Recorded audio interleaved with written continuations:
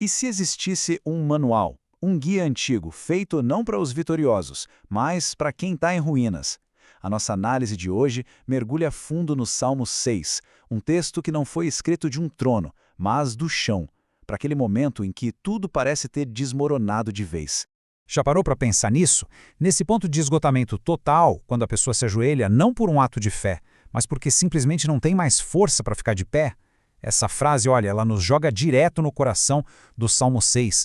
É um choro que vem de um lugar muito mais fundo que o arrependimento. É um lugar onde a própria alma parece que se partiu. Então, que fique claro, este não é o cântico de vitória de um rei. É um manual escrito das ruínas.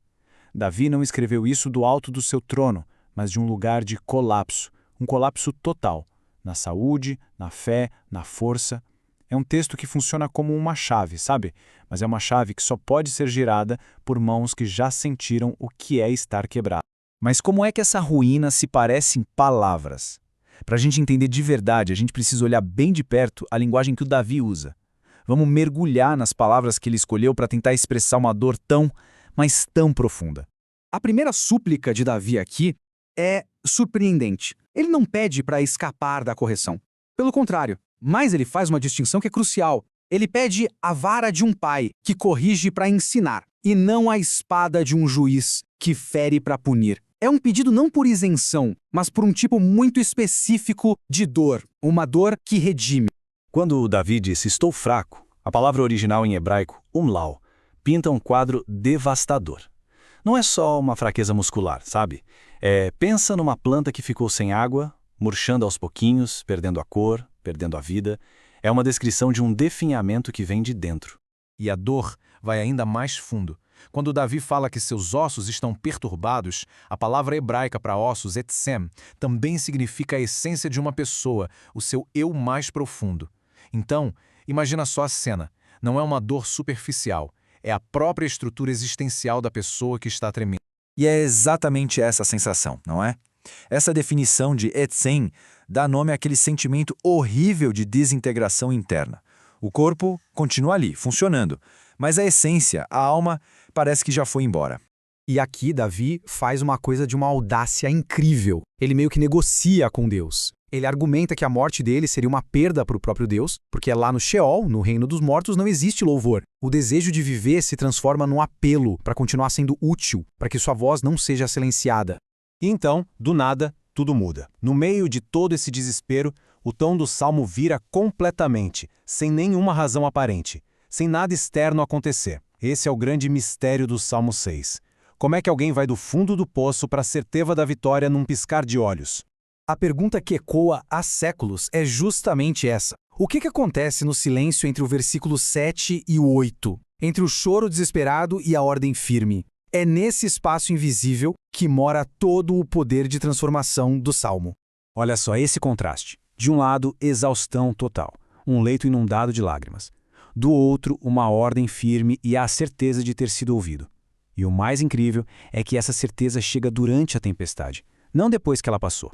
A dor ainda está lá, mas a perspectiva mudou completamente. E essa virada de chave poderosa, claro, não passou despercebida. Por séculos, este salmo ressoou de um jeito muito profundo em alguns dos maiores pensadores da história. Eles viram suas próprias lutas e teologias refletidas nesses versos. Martinho Lutero, por exemplo, viu nesse salmo a descrição perfeita do que ele chamava de Anfechtung, uma tribulação espiritual tão, mas tão intensa que é como uma batalha com o próprio Deus. Para Lutero, é nesse ponto, quando somos reduzidos a nada, que Deus finalmente tem espaço para nos recriar. Ele precisa primeiro nos matar no nosso orgulho para nos fazer viver na sua graça. Já Agostinho de Hipona ficou fascinado com o título Seminit, que significa a oitava. Ele interpretou isso de uma forma escatológica. Para ele, o ciclo de 7 dias representa o tempo que a gente vive. E o 8º dia? Bom, esse seria a eternidade, o dia do juízo final. Ou seja, o salmo se torna uma oração por misericórdia diante desse julgamento que virá. João Calvino, por sua vez, enxergou no salmo uma bifurcação crucial. A mesmíssima dor que faz com que os ímpios fujam de Deus é o que impulsiona os piedosos a correrem para ele. Para Calvino, essa reação instintiva de buscar refúgio em Deus mesmo quando ele parece ser a fonte da dor é o sinal que distingue quem realmente pertence a ele. E para fechar, a visão poética de Charles Spurgeon. Ele diz que o nosso clamor mais profundo é uma forma de oração que Deus entende perfeitamente, mesmo que não tenha palavras. A nossa própria miséria se torna um argumento mais forte para atrair a misericórdia de Deus. É lindo, né?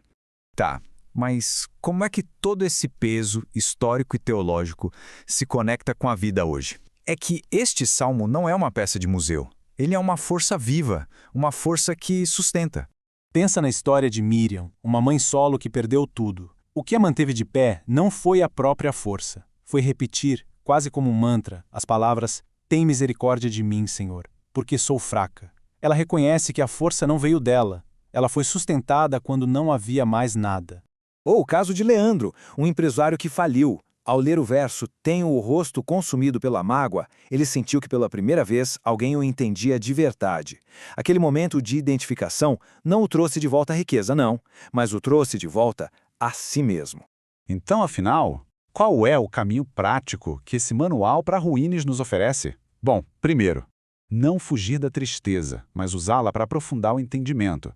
Segundo, quando houver uma falha, correr para a disciplina, não para longe da condenação.